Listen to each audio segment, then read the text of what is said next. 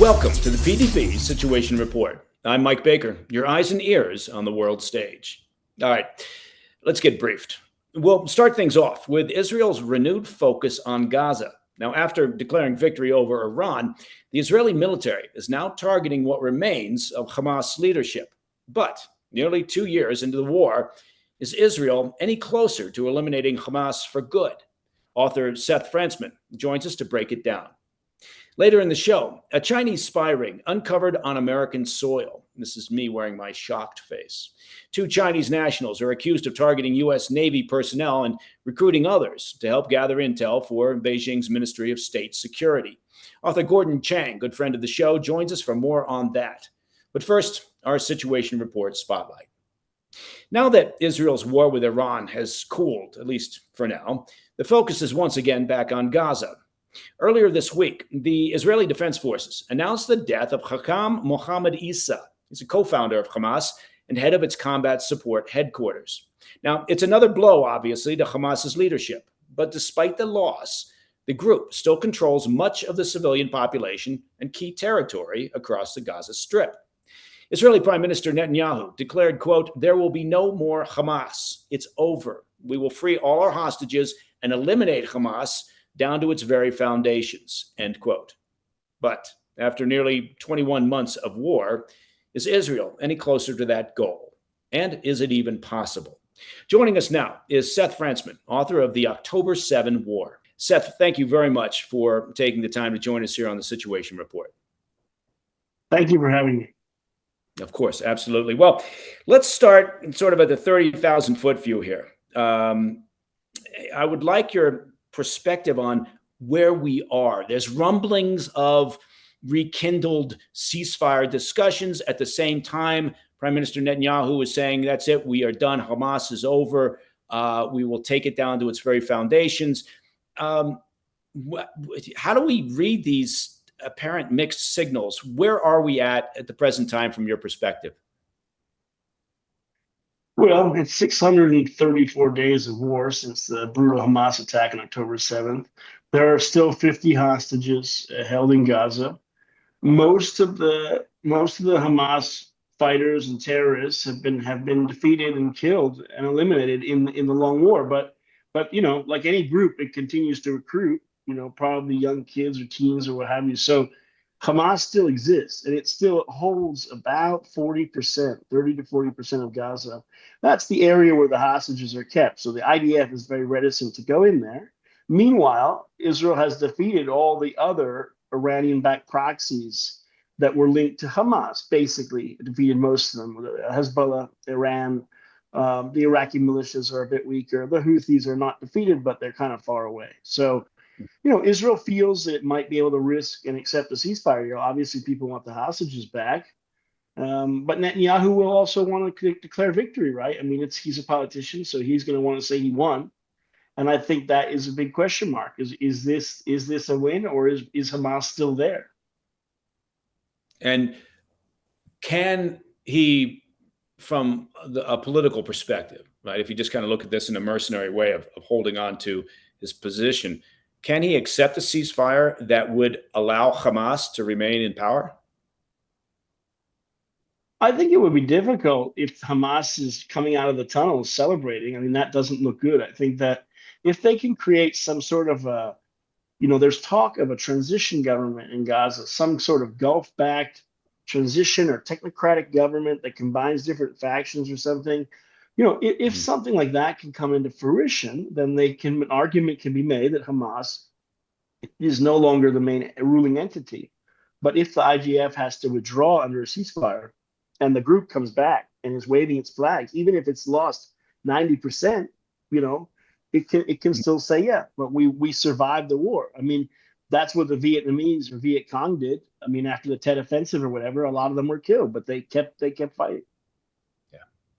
This is an unusual question, I suppose, and I will get to the question, but I have to frame it first, which is that there have been now talk over the past 48 hours or so that the Qatari mediators are working a ceasefire, a 60-day ceasefire proposal that reportedly Prime Minister Netanyahu has agreed to.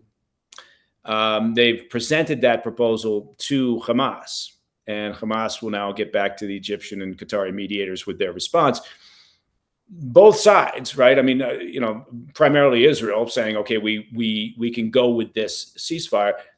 But when you talk about that, it seems to be completely at conflict with then Israel saying, any ceasefire, any peace has to mean the removal of Hamas, their disarmament, the exile of any remaining leadership, while at the same time Hamas is saying, any agreement has to mean the withdrawal of the IDF from Gaza. There seems to be no ability to marry up the two sides to then have this talk that's out there in the public about how, well, we're gonna, we got another ceasefire proposal. It seems nonsensical in a way.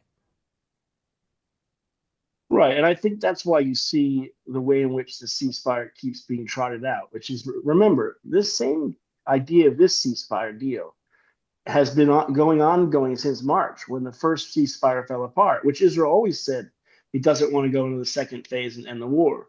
It's worth recalling also that the January deal that Trump pushed, along with his envoy, Steve Witkoff, is kind of the same deal that was offered in 2024. So the parameters don't change much. As you noted, Israel doesn't want to end the war with Hamas still there. And Hamas says, okay, we want the war to end. And what Trump is trying to do, I think, and he's been successful in the past, is doing what he did with the Iran ceasefire, which is kind of announce it first. And then that puts pressure on the Qataris and Israel to kind of go back and kind of get their heads together, because the Qataris have to convince Hamas. Israel's leader, has to convince the more right-wing ministers to accept this. Do you think that there's, well, let me put it a different way if I could, Seth. How would you quantify currently the support for Hamas from the citizens of Gaza?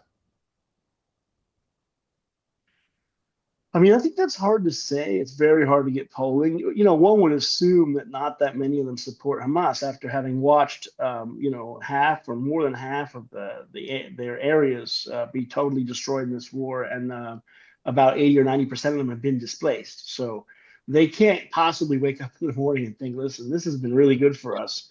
On the other side of the coin, it doesn't make them pro-Israel, right? I mean, they still support Palestinian nationalism. I think they probably prefer some other entity like the Palestinian Authority or whatever that would give them peace and quiet. Now, if they think Hamas can get that for them, then they might say, "Oh, okay, you were able to get it in the end of the day," and then Hamas will declare victory, and then some of them will support them. Remember, Hamas uses absolutely brutal methods to keep its chokehold on power, right? I mean, it kills people, it tortures them.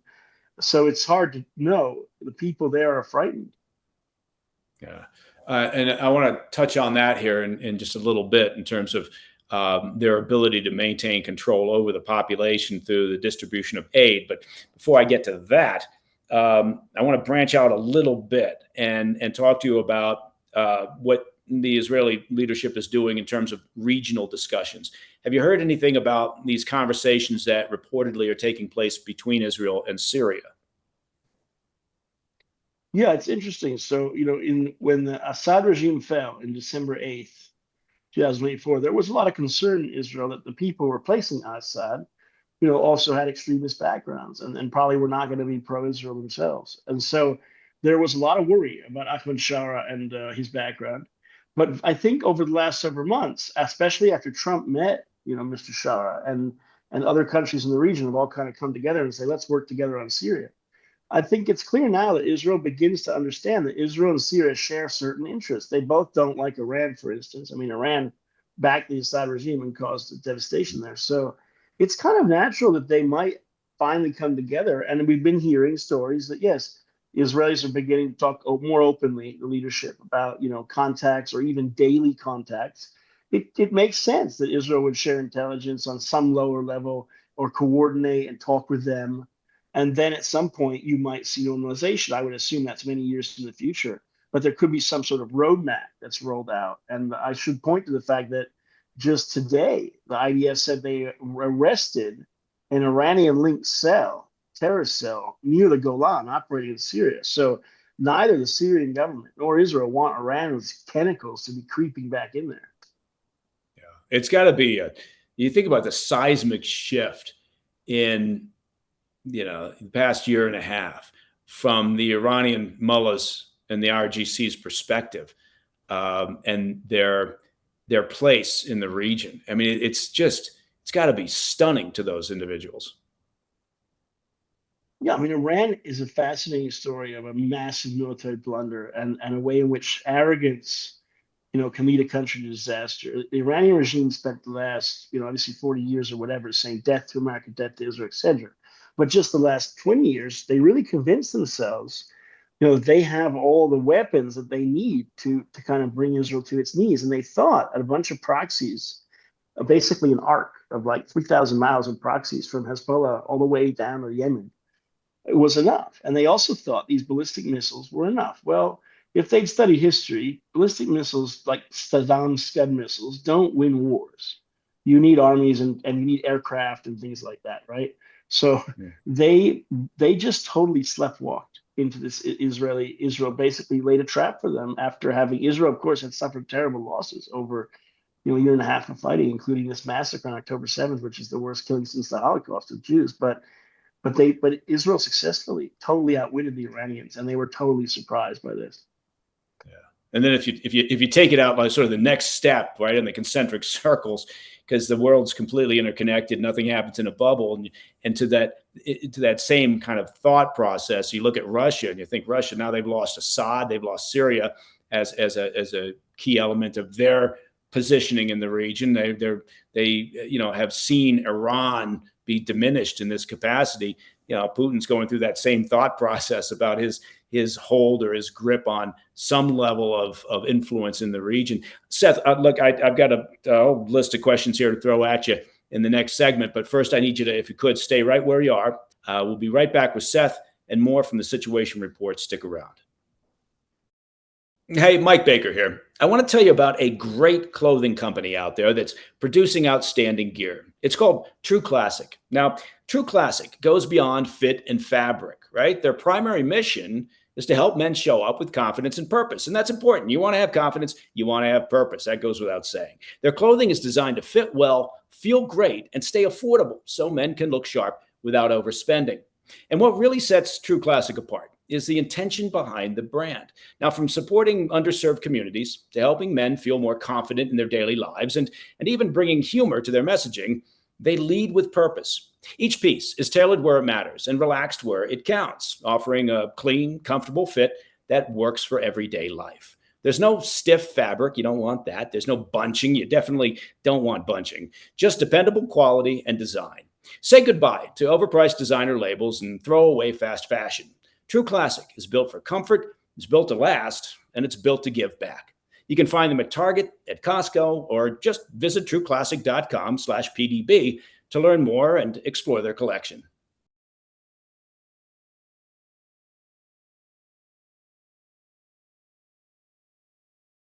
Joining me once again here on the Situation Report is Seth Frantzman. He's the author of The October 7 War. Seth, thanks very much for sticking around. We were talking about Hamas, and we were talking about their current hold on power, their leverage over the population of Gaza. I want to switch a little bit to talk about aid distribution, and specifically the Gaza Humanitarian Foundation, the GHF. What can you tell me about this organization? What can you tell me about the conflict that kind of surrounds this organization? Well, GHF came into being over the last 6 months, basically as an initiative that is U.S. backed to find a way to bring aid into Gaza, which is not going to be aid that is ending up in the hands of Hamas. Now, what was happening in the past was you had the UN and a bunch of other organizations. They were sending in trucks. The trucks go into Gaza. And then basically the UN and the other organizations were not necessarily always monitoring where the trucks end up. And they had armed gunmen jumping on the trucks. Maybe they were being taken to warehouses that they were supposed to, but maybe they were being stolen. There was no way to know. And basically the concept of GHF was create a US-backed organization, have the IDF basically bulldoze a few areas, big distribution sites, that you can bring in the trucks and put them down boxes on tables and let the people come out of, they leave Hamas areas, they come into the IDF controlled area, and then they get the food. And the area is not policed by the IDF. It has private security contractors, basically former U.S. service people mostly. And so that was what the concept was. And they wanted to roll it out in a big way. They started in May, and the initiative got off to the ground. It had some challenges, but it has delivered, I think, as of today, 56 million meals, which is not bad for a month and a week, right? I mean, the 56 million meals delivered at 3 or 4 sites. They're delivering every day almost 2 million meals. I mean, so that's huge amounts, right? That is able to feed a decent percentage of Gaza now. So it looks like it's pretty successful. The problem, of course, is, someone has to pay for it, and dropping off boxes of aid off of trucks is probably not something you can do forever. It's a temporary measure. Hopefully cuts Hamas out of the loop, and that's what's happening. Now, I get why Hamas is targeting or upset with or trying to shut down GHF, the Gaza Humanitarian Foundation, because if you deliver that aid, if you deliver food, water, supplies, medicine directly to the people, obviously, as you pointed out, you've cut out Hamas and you've stopped one of their primary means of controlling the population and also of a revenue stream, right? If they're selling that aid on a secondary market. But why do you think there's been this pushback from the UN and from other humanitarian groups towards the GHF? Well, I think, unfortunately, and it's a very cynical, sad story, is when Hamas came to power in 2007, it was basically opened up Gaza for all these NGOs to go in there and make Gaza kind of dependent. And remember, the NGOs, in a sense, profit off this because they get hundreds of millions or billions of dollars, and they say, okay, we're helping Gaza. The more that Hamas destroys people's lives in Gaza and makes them poor and drives them into war, the more the NGOs have to come in to help, the more money they can raise. And basically what Hamas did is they outsourced all the things that a normal government does, like healthcare, food, everything except for roads, I guess, outsourced all of it to this empire of NGOs and UN organizations. And look, like any empire or any business structure, whether it's a corporation or whatever, they don't want to be supplanted if they have a monopoly. And they had a monopoly in Gaza, and GHF is ripping that monopoly down. And that's just a typical story you'd see, whether it's a government or a corporation or an NGO, because NGOs are not as pure as they may appear, especially when they're extremely powerful and large. Right. Yeah. You can cloak yourself in sort of that self-righteous, title of nonprofit or NGO, and still be engaged in a wide variety of shenanigans.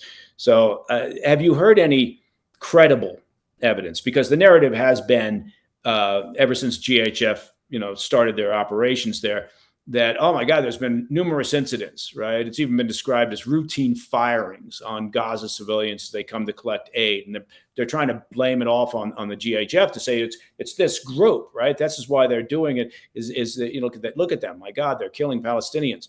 Have you heard any credible evidence that supports that narrative that, to be fair, started with the Hamas-controlled health ministry? Well, I think it's hard to say. I mean, credible evidence. There's certainly, as you said, in lots of reports. It's hard. You can't trust the Hamas-controlled health ministry.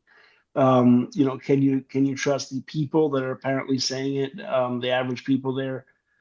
I don't know. There's also this Israeli report in Hara saying that Israeli soldiers were firing near the people that are coming. Now, remember, the reason for that is because they didn't put riot police there. They have soldiers with M4 rifles that are chambered with live rounds. The soldiers don't have much else. They don't have another means. And they were told, okay, if there's too many crowds, fire in there or near them or whatever. So that's not ideal. I mean, obviously, you'd prefer to have police or riot control. So look, I think it's clear that the situation is not perfect and has challenges and perhaps has many mistakes were made. And I think, in the end of the day, it would be better probably to have more media down there and more eyes on what's happening, because you want to get confirmation, and if there are people are being killed, it behooves Israel to do a better job. I understand the IDF has tried now to reorganize the routes that lead to the GHF sites. They've put in signs, they've closed off roads. Well, that's great. Again, you would think, okay, but they probably should have done that weeks ago.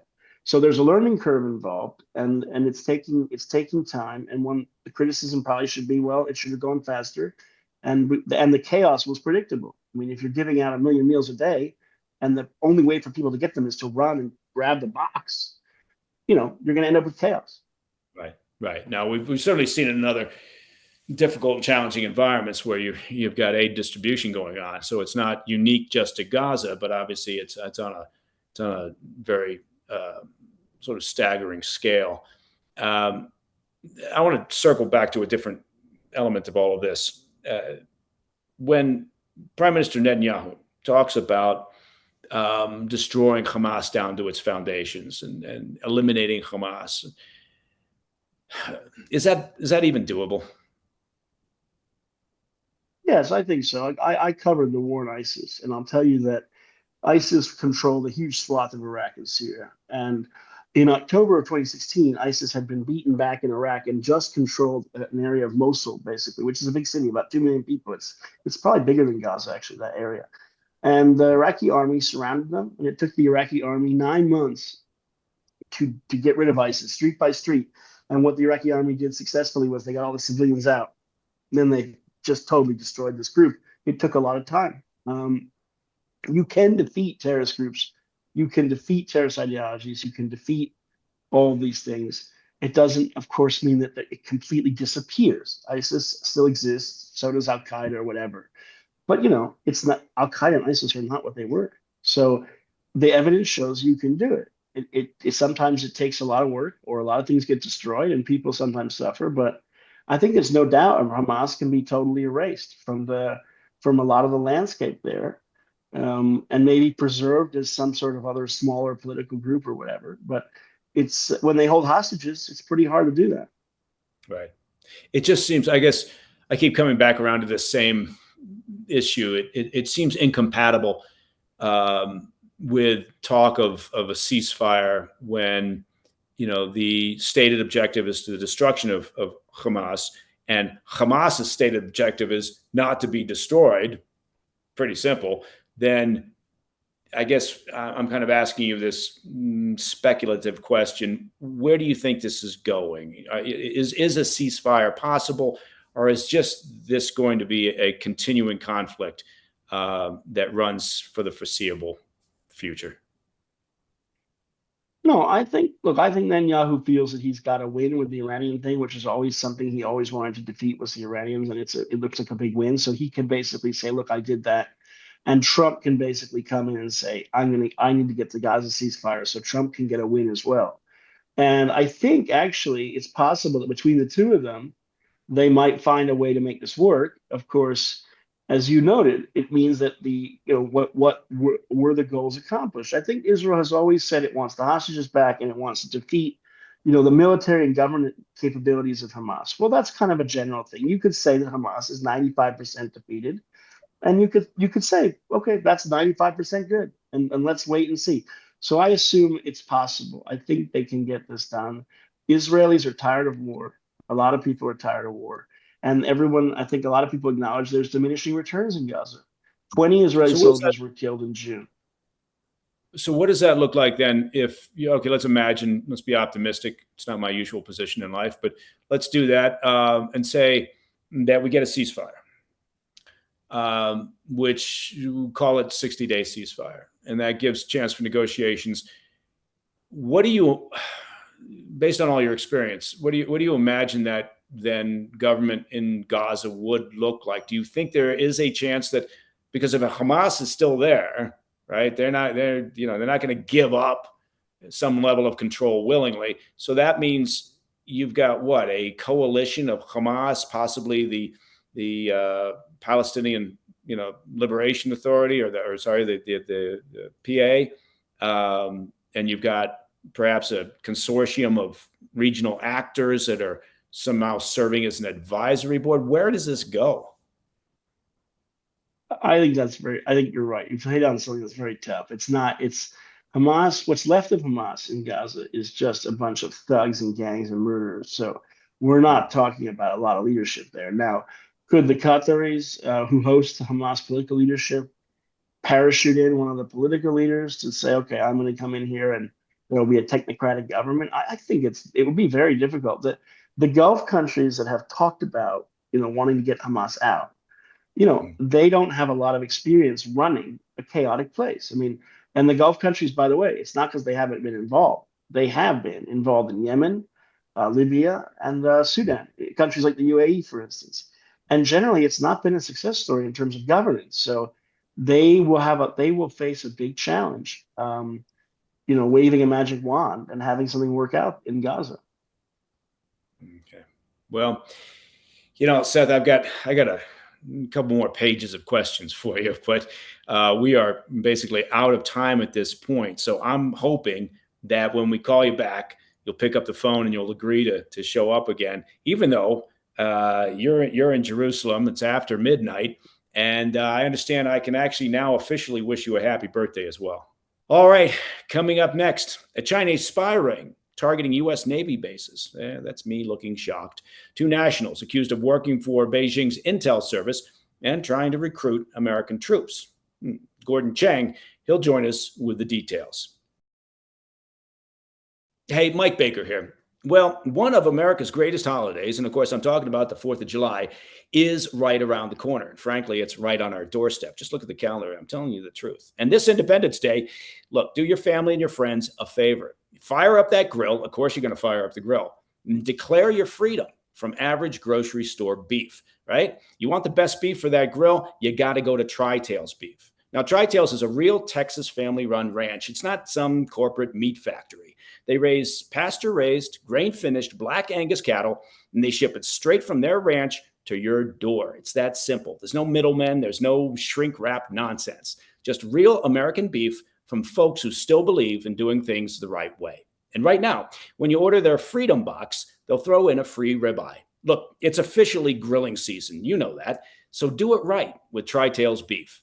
Go to trybeef.com/PDB. That's trybeef.com/PDB. Tri-Tails, because you and your family, now you deserve the best.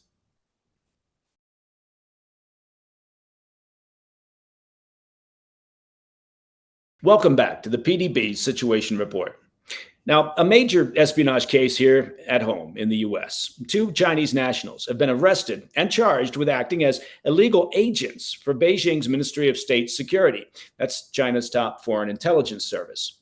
The Justice Department says that Wang Chen, a resident of Oregon, and Liren Lai, who arrived in Houston on a tourist visa this past April, were working to collect intel on U.S. Navy personnel and military bases. Now, the two also allegedly tried to recruit service members and facilitated a cash dead drop, that's a espionage term, by the way, on behalf of Chinese intelligence.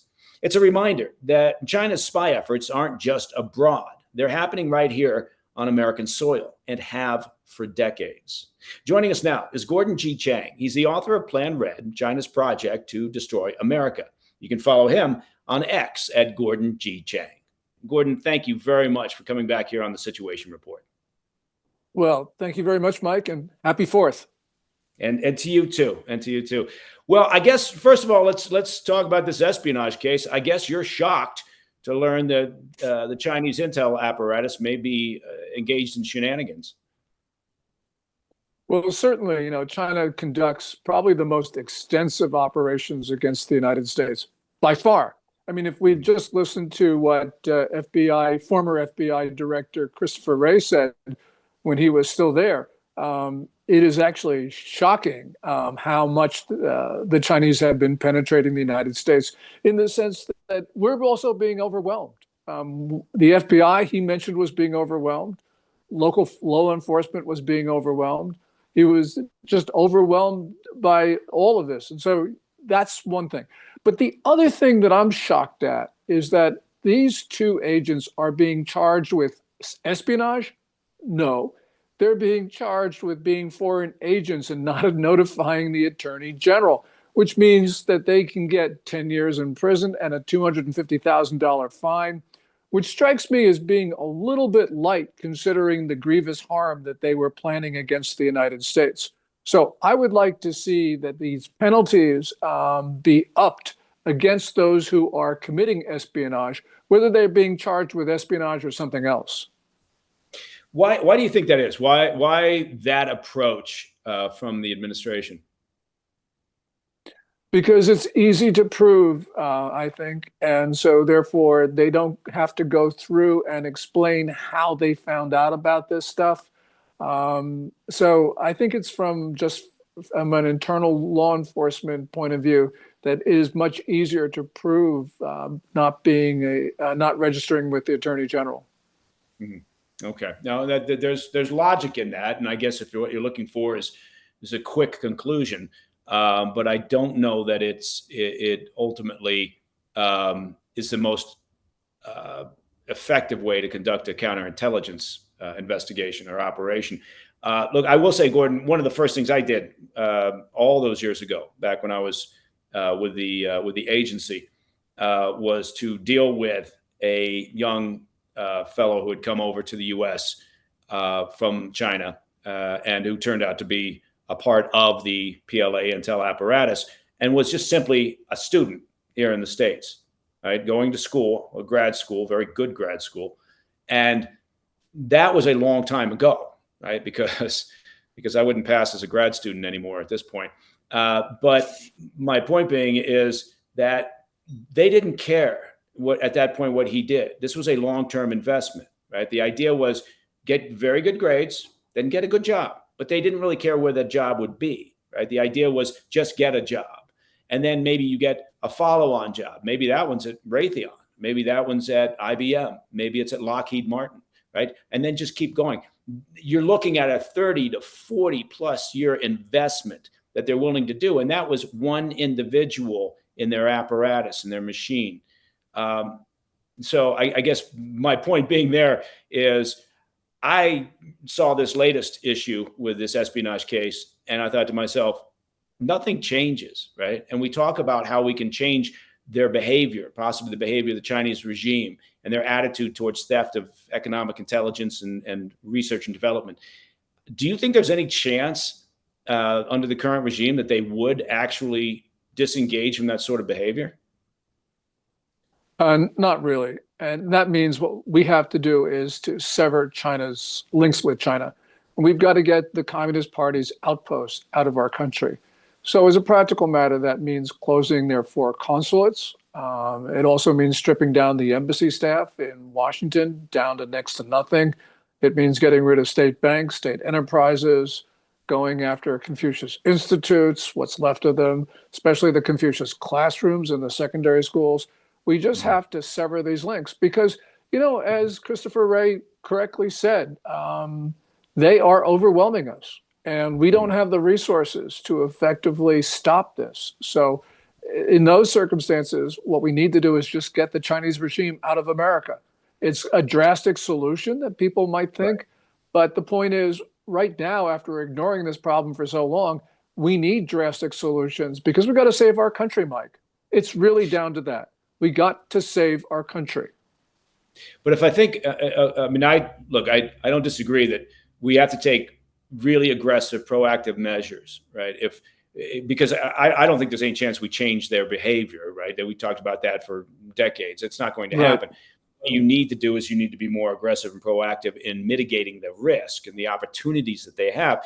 But on the pragmatic side, I don't see that happening. I don't see us disengaging from them to that degree. I mean, maybe, okay, shutting down Confucius centers, but that point where you start getting down to skeletal staffs in their embassies, their consulates. So what other options are there, do you think?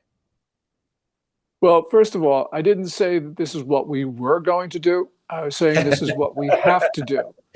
And so that's a good point, Gordon. I was putting words in your mouth, perhaps. Yeah. Sometimes the necessary and the practical are not the same. But what happens in these circumstances, and this is how this probably will work out. The Chinese will kill some American servicemen or servicewomen, and then we're going to say, oh my God, how'd this happen? And then we're going to do those things that I talked about. So I would like us to do those things before the Chinese kill any more Americans. So it is, that's just the way the world works. Democracies, and this goes all the way back to Tocqueville writing about America. So we're talking almost a couple hundred years.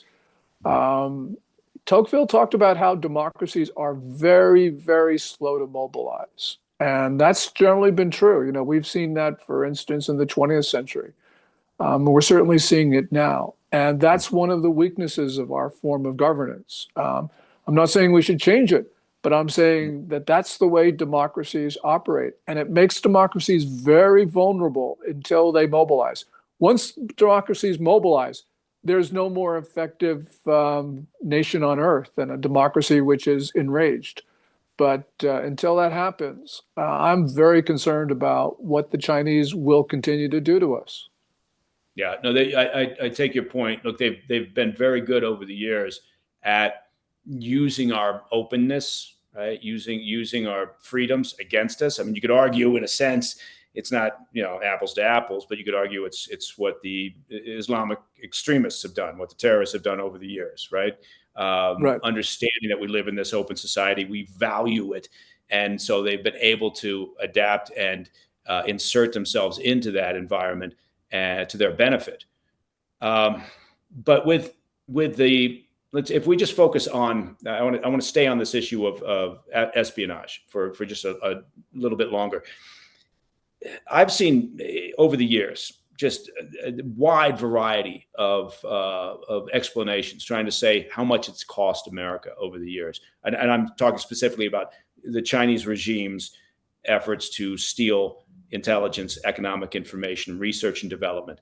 Have you ever settled on facts, numbers, specifics that talk about the cost of that to the U.S. over the years?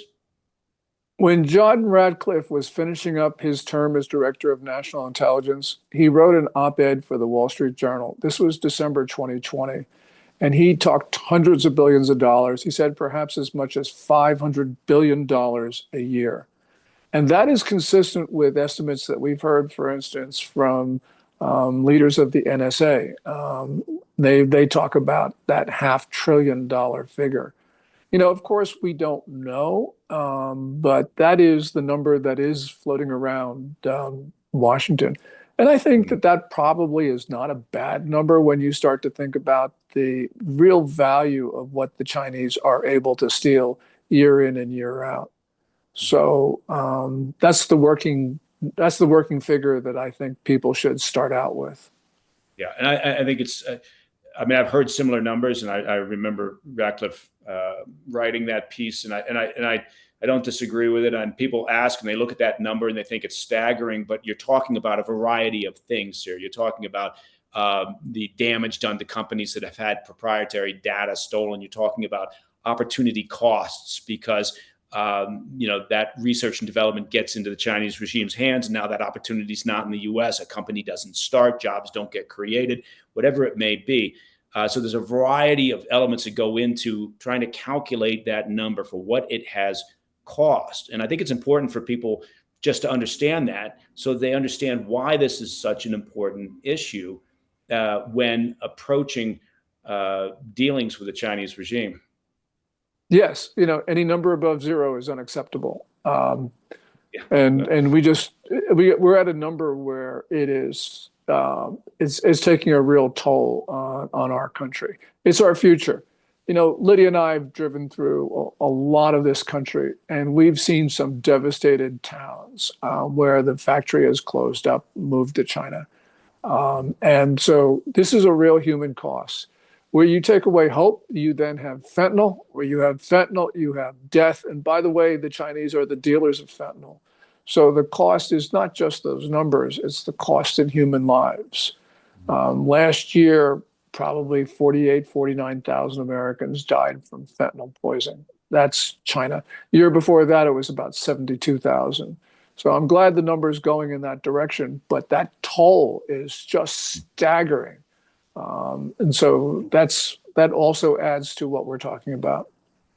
It's been in the spotlight quite a bit. Have you seen any discernible shift or improvement in the way that the Chinese regime has dealt with this fentanyl issue? No. You know, you got to remember that fentanyl is a long-term project of the Communist Party. So you go back to November 2023. Xi Jinping goes to Woodside, California, meets President Biden, promises to reduce the flow of fentanyl precursors and pill presses across the Pacific. Biden touts that as a great victory. But we got to remember it was the same Xi Jinping who made essentially the same promise to President Trump in 2018. And it's the same Xi Jinping who has made the same promise to President Obama in 2016. So, now we have the Chinese again talking about the same things. This is long-term Communist Party project. So we've got to put it into that category. And we can't assume that we can talk them out of it, which is, I think, wrong. I think President Trump has the right approach, 20% tariffs on fentanyl, on China for fentanyl. But instead of 20%, they should be 2,000%, because we cannot trade human lives for money. Yeah, it was the same Xi Jinping also who stood next to President Obama and promised to stop the cyber shenanigans and cyber attacks. Of course, that didn't work out either. He doubled down. And he also, that was 2015. That Xi Jinping said, we're not going to militarize these atolls and reefs in the South China Sea. Right. I want to turn the conversation to China's leader and also touch on the tariffs issue, which you brought up. But first, Gordon, if you could stay right where you are, we do need to take a quick break, and then we'll be back with more from Gordon Chang here on the Situation Report. Stick around. Hey, Mike Baker here. Now, you've likely heard me talking about the upcoming BRICS Nations Summit that's going to be taking place in Rio de Janeiro, right? We are days away from what's been dubbed the Rio Reset. That's a catchy name. It's potentially the greatest threat to the US dollar's global dominance in over 80 years. Now, on July 6th, BRICS nations, that includes Russia, China, India, Iran, and many more, are expected to unveil their plans to circumvent the US dollar. Essentially, it's an attempt to crater the dollar. Look, they've already been laying the groundwork. Their central banks have been methodically divesting from the US dollar and US bonds in favor of gold. So you ask yourself, how can you protect your hard-earned dollar savings in your IRA or your 401k from the fallout from this potential landmark shift? Well, I'm glad you asked that question. One answer could be to diversify with gold from Birch Gold Group. Look, historically, gold has been a safe haven in times of high uncertainty, and I think you could call the current times uncertain. Get a free information kit on tax-sheltered gold IRAs by texting the word PDB to 989-898. July 6th marks a potentially monumental shift among nations that, frankly, control 1/3 of the world's GDP. So arm yourself with information on how to diversify your retirement savings. Text PDB to the number 989-898 and claim your free information kit from Birch Gold.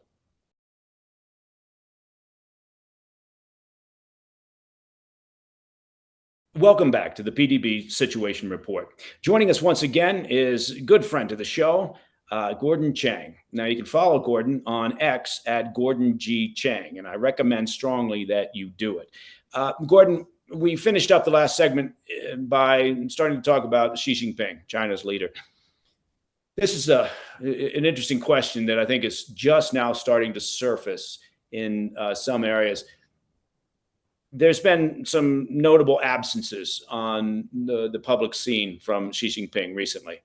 And then, of course, there was the talk about, okay, now he's confirmed he's not going to the BRICS summit on the 6th of July in Rio de Janeiro. And so there's some rumors that are starting to surface about his grip on power. What do you think? I think that Xi Jinping has lost a substantial amount of influence. And this is especially clear in the People's Liberation Army. His number one loyalist in the military was General Hu Weidong, number two uniformed officer, a vice chairman of the Communist Party Central Military Commission. Now, General Hu has not been seen in public since March 11th. And There are rumors that he was suicided at a military hospital in Beijing in May. We don't know about those rumors, but we do know that General He has just disappeared, which means did Xi Jinping sack his own guy? And a lot of people think that Xi actually did that, but I don't think that that's really that credible. And the reason is that since July 9th of last year, there were 3 articles in PLA Daily, which is the main propaganda organ of the Chinese military. Those articles praised, quote unquote, collective leadership. That's a direct slap at Xi Jinping's one-man style of rule. Those articles could not have been written if Xi Jinping were in control of the military. Simple as that. There is information that the authors of those 3 articles are generally aligned with General Zhang Yaoshao, who is the #1 vice chairman of the Central Military Commission and China's #1 uniformed officer, who is known to be adverse to Xi Jinping. There's been a lot of other flag officers who were thought to be aligned with China's leader who have now been also disappeared. So there's a big cast of characters of Xi Jinping loyalists who are no longer operating. And that to me says that Xi has lost control of the military.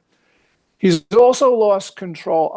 He's lost a lot of influence among civilian leaders. Although let me stop you just for a moment there, Gordon. I mean, that's a very sort of serious statement that he's lost control of the military. Can you expand on that?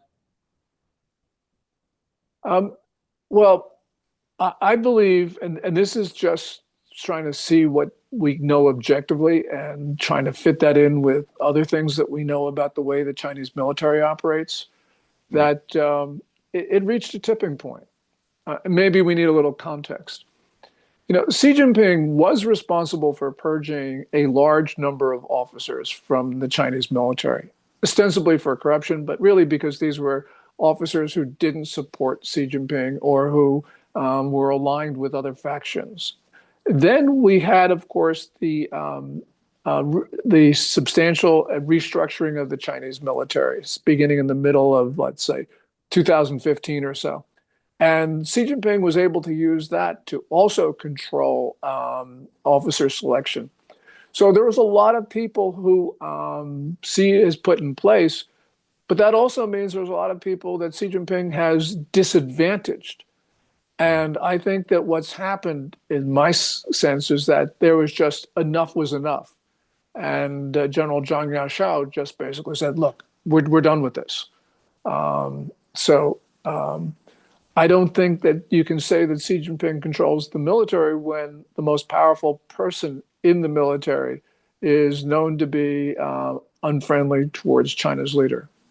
It's, as I said, we have to sort of extrapolate a little bit, but that's the most consistent explanation with the facts that we know.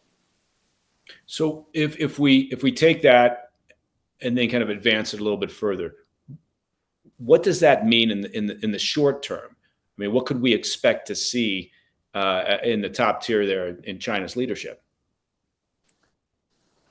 I think that let me give you the range of rumors, and then we can sort of sort through.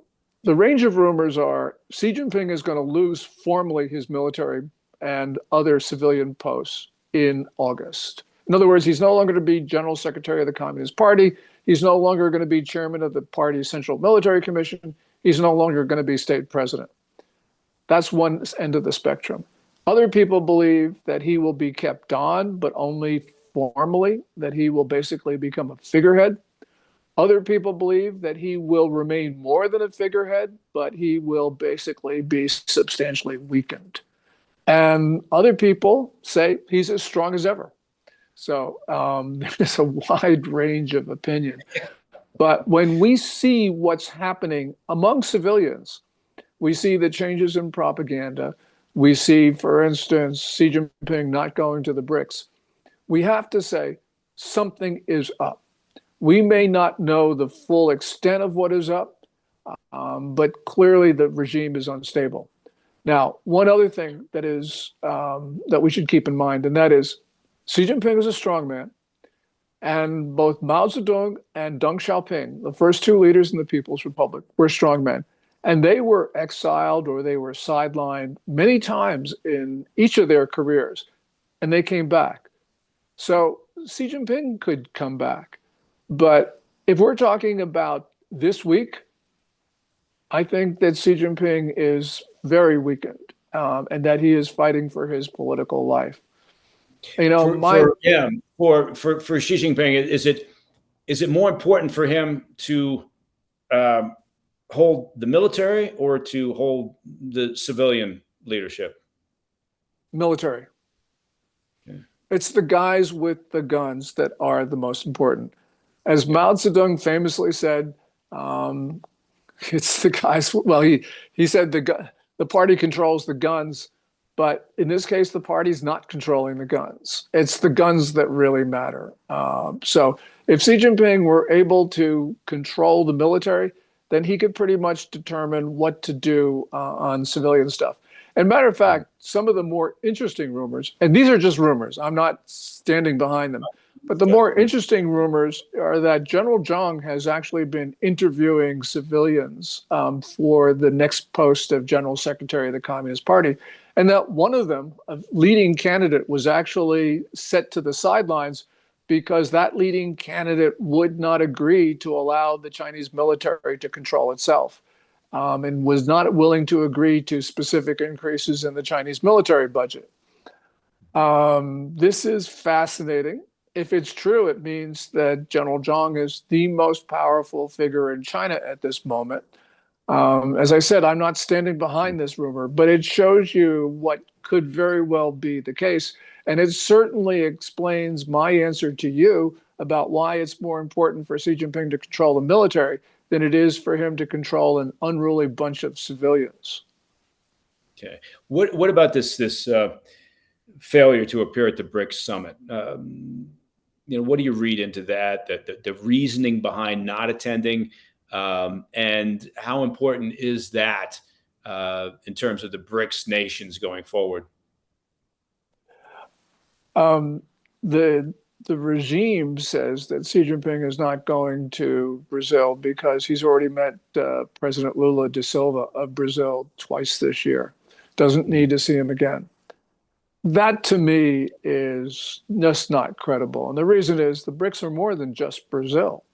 And so this is something that's important because Xi Jinping has never missed a BRICS summit in the past. And it's really important for the BRICS because the most powerful nation in that grouping is China. So this really puts a damper on BRICS. And by the way, Xi Jinping not being there makes India so much more important in that gathering. The I in BRICS, India. Now, the I in BRICS has made that organization ineffective as at least an anti-Western grouping because Prime Minister Narendra Modi doesn't want to be part of an anti-Western effort. So if you're having a BRICS summit where you're going to have Modi and no Xi Jinping, it really neuters BRICS. Okay. Yeah. Putin is also, it's kind of, they've been slapped twice now. The summit has, because Vladimir Putin is also not attending. Now, his reasons for not attending, a little more straightforward. He doesn't want to get arrested. He doesn't want to get arrested. He's got the ICC out for him. And so there's this issue of, can he or can he not travel without being arrested? So I find the absence of Xi Jinping from the BRICS summit to be much more fascinating and interesting. If you were a betting man, Gordon, what's the shelf life on Xi Jinping? Well, the shelf life on Xi Jinping as an effective ruler is measured in months. I think, and this is just a guess, he will be kept on as a figurehead because it would be too disruptive for the regime to formally remove him. So he will remain in his formal posts, but he will not be exercising real power. So I think by the end of this year, we will have an effective leader of China without those formal posts. Wow. All right. Well, I've just made a note of that. And so we won't put any money on it, but that is a fascinating statement, Gordon. Listen, I got a bunch more questions here for you, but I'm going to have to save those for the next time if you're willing to come back on the Situation Report. Gordon Chang, you can follow him again on X at Gordon G. Chang. I highly recommend that you do if you want to know what's happening in China and the surrounding region. So listen, again, thank you. You're a terrific friend of the show. We appreciate your insight as always. Oh, well, thank you so much, Mike. I really appreciate it. Take care, man. Well, that's all the time we have for this week's PDB Situation Report. All right. If you have any questions or comments, and I hope you do, just reach out to me at pdb@thefirsttv.com. You know what we do with them, right? Every week, Carl the mailman shows up and he drops off a big bag of postcards and faxes and notes and memos.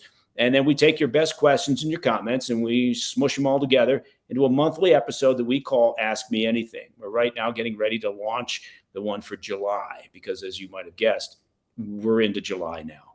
Listen, finally, to hear the podcast of the show ad-free, it's relatively simple. All you have to do is become a premium member of the President's Daily Brief by visiting pdbpremium.com. I told you it was simple.